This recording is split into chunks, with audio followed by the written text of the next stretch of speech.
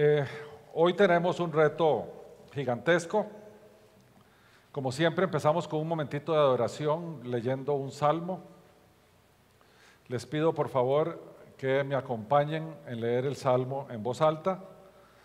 Son los primeros 5 versículos del Salmo 103 que dice así: Bendice alma mía a Jehová, y bendiga todo mi ser su santo nombre. Bendice alma mía a Jehová, y no olvides ninguno de sus beneficios.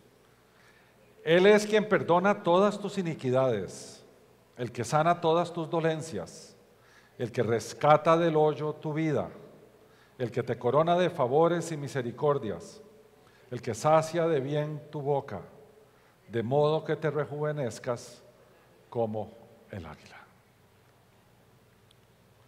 Y bueno, tenemos una tarde técnica. Es la palabra que tal vez yo le puedo poner a esto. Vamos a ver un poquito qué significa profecía, algunos principios básicos para que aprendamos cómo leer las profecías en las Escrituras. Y lo que queremos hacer es interpretar tal vez de las profecías más famosas que hay en la Biblia, las 70 semanas de Daniel, interpretarla aquí en vivo para que todos vean cómo vamos haciendo y analizando cada una de las partes de la profecía, y de esa manera ustedes no tengan ninguna dificultad cuando estén en las Escrituras y vean una profecía de esas. Veremos el libro de Daniel como a 30,000 pies de altura para entender cuál es el contexto de la profecía.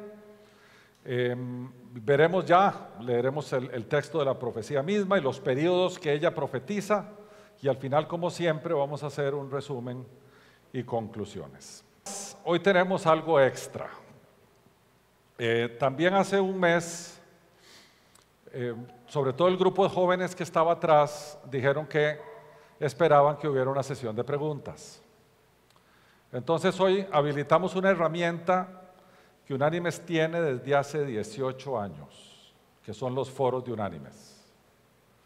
En los foros de Unánimes se pueden hacer preguntas, se contestan, todo el mundo las ve. Y hemos puesto en el foro un tema que son las 70 semanas de Daniel, y les voy a explicar cómo llegar ahí, para que ustedes puedan formular sus preguntas.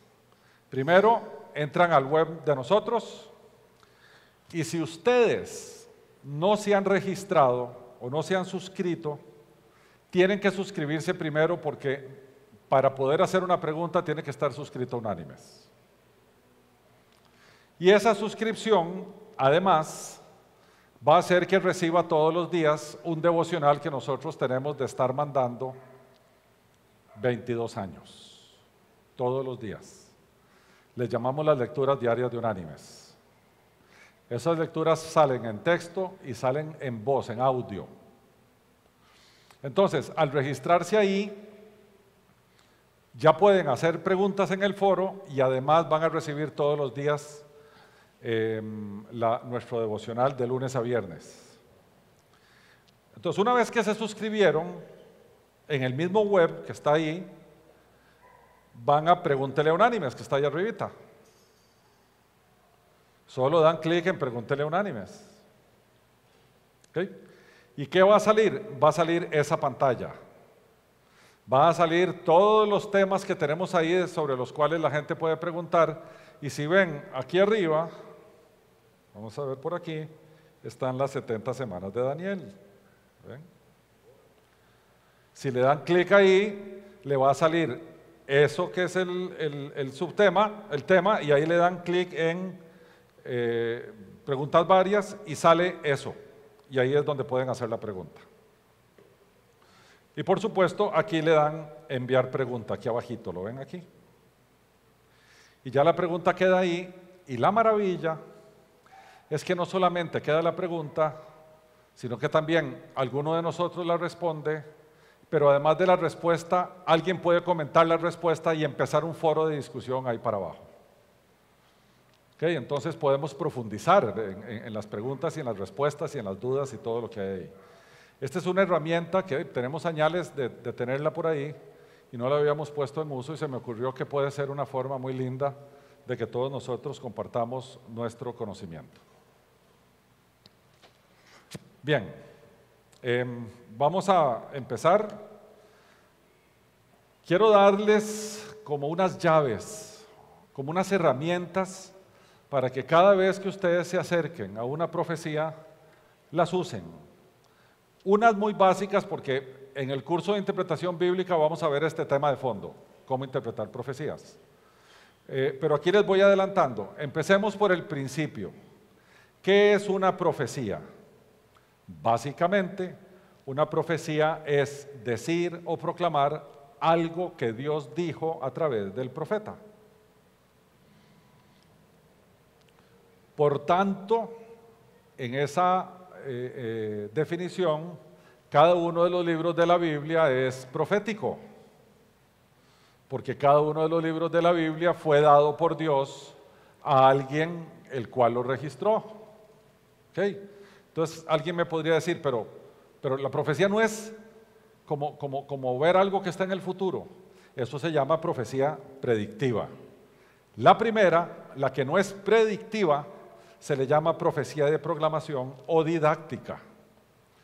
Y básicamente ocurre cuando el profeta da mensajes inmediatos a las personas o al pueblo de Israel, digámoslo así, cuando el pueblo de Israel se estaba portando mal. Ese es un ejemplo que les puedo poner. Como cuando el rey Acab, del reino del norte, se casa con Jezabel, una mujer que era sacerdotisa del dios pagano Baal, y entonces el Señor le manda a Elías a llamarle la atención a Acab. No está profetizando nada, solamente está mandando a un profeta suyo a decirle algo. O como cuando Natán se fue donde David a hablarle y exhortarle sobre lo que había hecho en su pecado de adulterio. Entonces, esta es un tipo de profecía que no tiene que ver con cosas del futuro. Tiene que ver con cómo Dios habla hoy. Y lo otro es la profecía predictiva.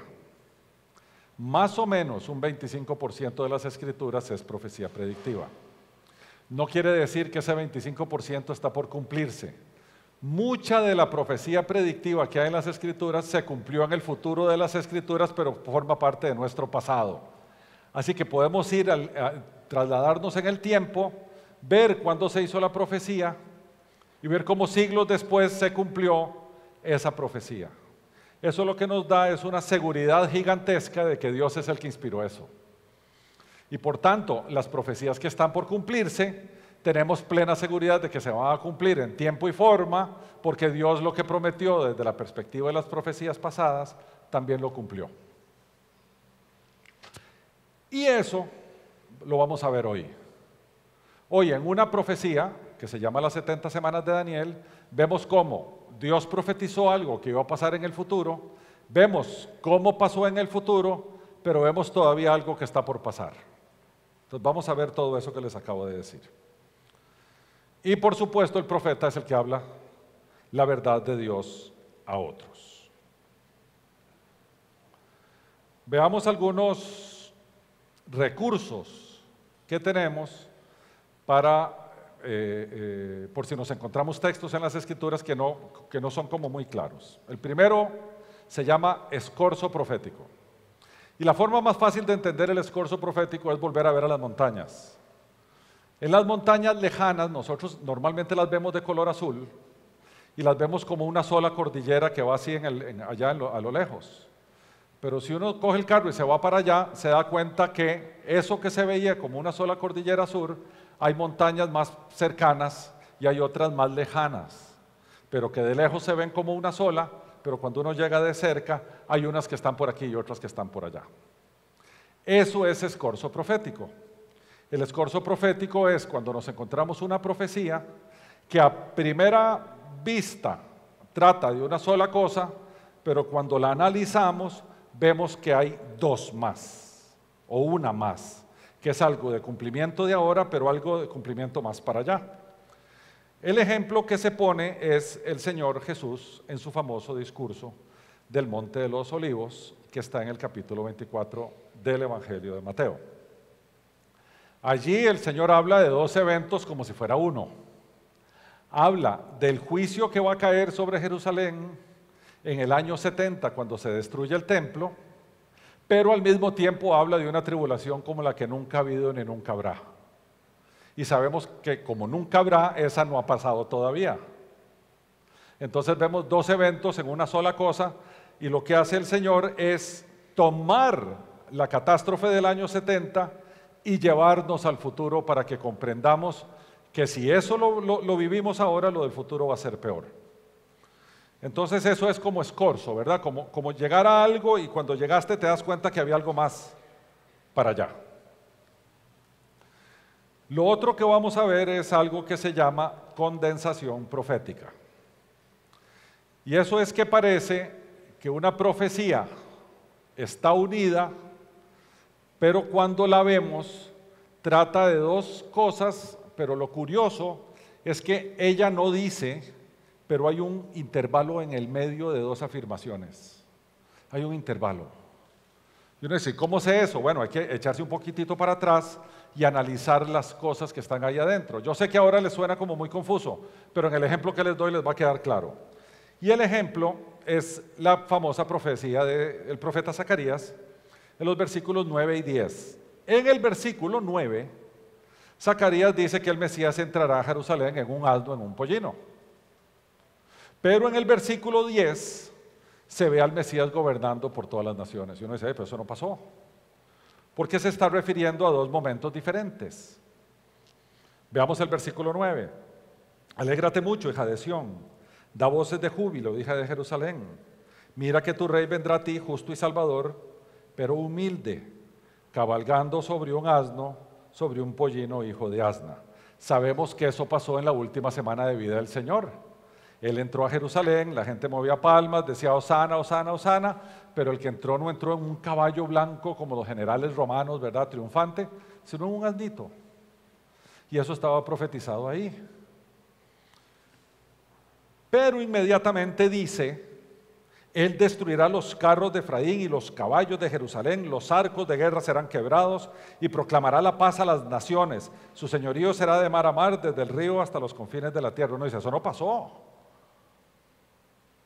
No pasó porque hay como un intervalo que el profeta no tiene la culpa de no haberlo aclarado, porque el profeta solo puso lo que puso. Uno cree que todos los profetas, cuando profetizaban hacia el futuro, en profecía predictiva, ellos sabían perfectamente de qué estaban profetizando, y no necesariamente. No necesariamente. El autor del libro de los Hebreos, en el capítulo 11, nos dice que ellos se quedaban como viendo para adelante, pero no sabían muy bien qué era lo que había adelante. Pero sí estaban seguros que ellos no eran ciudadanos de esta tierra, sino que eran peregrinos y extranjeros y sabían que iban a ser ciudadanos de otra, pero como que no sabían muy bien. Entonces no culpen al profeta de que no nos aclare que entre un versículo y el otro puede haber hasta 2000 años. ¿Okay? A eso se le llama condensación profética. Y lo otro que les quiero pedir es un favor. En esto hay siempre de cada profecía diferentes posiciones. Unos la interpretan de una manera, otros la interpretan de otra, y a veces hay pesos pesados. Gente como Jonathan Edwards, gente como Juan Calvino, o más modernos, gente como MacArthur, gente como R.C. Sproul, que son gente que uno dice han pasado toda una santa vida estudiando, tienen 50 o 60 publicaciones. Yo me voy a ir con la interpretación de este, pero te das cuenta que el otro, que tiene la misma cantidad de publicaciones, lo interpreta diferente. Entonces, ¿qué hacemos? Bueno, primero nos informamos y después elegimos. Pero en esta elección y en este pronunciamiento, por favor, nunca digan así es. Digan, creo que es así, a mí me parece, porque aquel que cree que puede hacer una interpretación de los últimos días y que la suya es la única que vale, ténganle miedo, ténganle mucho miedo. ¿Okay? Porque no es cierto. El Señor profetiza con cierta precisión, pero al mismo tiempo deja ciertas ambigüedades precisamente, como por ejemplo, nadie sabe cuándo vuelve el Hijo. Uno dice, pero ¿por qué no? Siempre deja ciertas cosas así abiertas. Entonces, voy a decirles ¿Cuáles son las diferentes posiciones que tiene la gente cuando viene a interpretar una profecía? Porque vienen de una escuela doctrinal, de una escuela de pensamiento. Entonces, por ejemplo, cuando nos acercamos a Apocalipsis, hay 4 tipos de escuelas de pensamiento con que se puede ver un texto de Apocalipsis. Por lo tanto, son 4 interpretaciones diferentes. A uno se le llaman los preteristas porque creen que todo lo que Apocalipsis dice pasó en el siglo I. A otros se le llaman los futuristas que dicen que todo lo que dice Apocalipsis está en el futuro nuestro. A los terceros, que se llaman historicistas, dicen que todo Apocalipsis ha pasado a lo largo de la historia de estos últimos 2000 años. Y después están los idealistas que dicen que Apocalipsis se refleja la lucha entre el bien y el mal, pero nada de lo que está ahí va a pasar de esa manera, sino que son básicamente principios. Entonces uno dice, ¿y dónde me matriculo yo? Y ahí no termina la historia. Después los pactos de redención están. Una gente que dice que uno debe leer la Biblia desde los pactos que Dios ha hecho con el hombre, y otra gente que se llaman los dispensacionalistas dicen que no, que ha habido 7 eras y que en adición en cada una de esas eras podemos ver cómo Dios tiene un plan de redención para el pueblo de Israel y otro para los gentiles. Entonces, dependiendo de cuál de esos dos lados uno se cobija, digamos. Después está el tema de cuándo el Señor se va a llevar su iglesia. Hay unos que dicen que antes de la gran tribulación, se llaman los pretribulacionistas. Otros que dicen que después de la gran tribulación, son los post-tribulacionistas. Y hay unos que dicen que en medio de la tribulación dura 7 semanas en el puro medio. Y dice uno, bueno, ¿y ahora? Y todavía falta. Allá en el capítulo 19 de Apocalipsis hay una cosa que se llama el reino milenial, donde dice que Cristo reinará 1000 años. Hay unos que dicen que Cristo va a regresar después del reino milenial, otros dicen que va a venir antes del reino milenial. Otros dicen que ese reino milenial es estrictamente un símbolo. Y por otra parte tenemos los que interpretan las escrituras con diferentes escuelas de interpretación. Están los gramático-históricos, que es nuestro estilo. Nosotros vamos a analizar la historia, el mensaje a la audiencia primaria, vemos la gramática del texto, vemos texto, contexto, etc. Y tenemos los alegóricos, que buscan cadenas de símbolos e interpretan los símbolos y hacen doctrina de eso. Con respeto lo digo, pero esto es público. La Iglesia Católica en su estilo de interpretación es alegórica. Y después están los humanistas que todo lo ven desde la perspectiva humana y no divina. Entonces lo ven básicamente como temas morales y cosas de ese tipo. Y en este tema que vamos a ver hoy, vamos a ver por lo menos 3 disputas. Una, si las famosas 70 semanas que vamos a ver toda la tarde son continuas. Otra, que hay un escorzo en el medio, no, al final, en la última semana, que son 69, un espacio, y después la número 70. Y hay otros que dicen que no importa eso, porque antes de la semana 70 la iglesia será llevada al cielo y por lo tanto, ¿qué importa? Nosotros, ¿qué es lo que hacemos? Vemos todas las posiciones y en la mayoría de los casos, por ejemplo, por lo menos en los estudios que tenemos de Apocalipsis, tenemos una mezcla de todos. No nos matriculamos con ninguno, más bien tenemos como una mezcla de lo que vemos que tiene respaldo escritural claro y lo que no tiene respaldo escritural tan claro. Siempre decimos hay estas posiciones y nosotros nos gusta esta otra, pero no necesariamente porque seguimos una sola escuela de interpretación. Entonces normalmente hacemos eso porque en temas de profecía y de los últimos tiempos no se puede ser dogmático. No se puede. Ese es un grave error. Por eso les decía, nunca nosotros no nos va a oír, los demás no tienen razón y nosotros sí cuando veamos estos temas. Eso no lo vamos a hacer nunca. ¿Okay?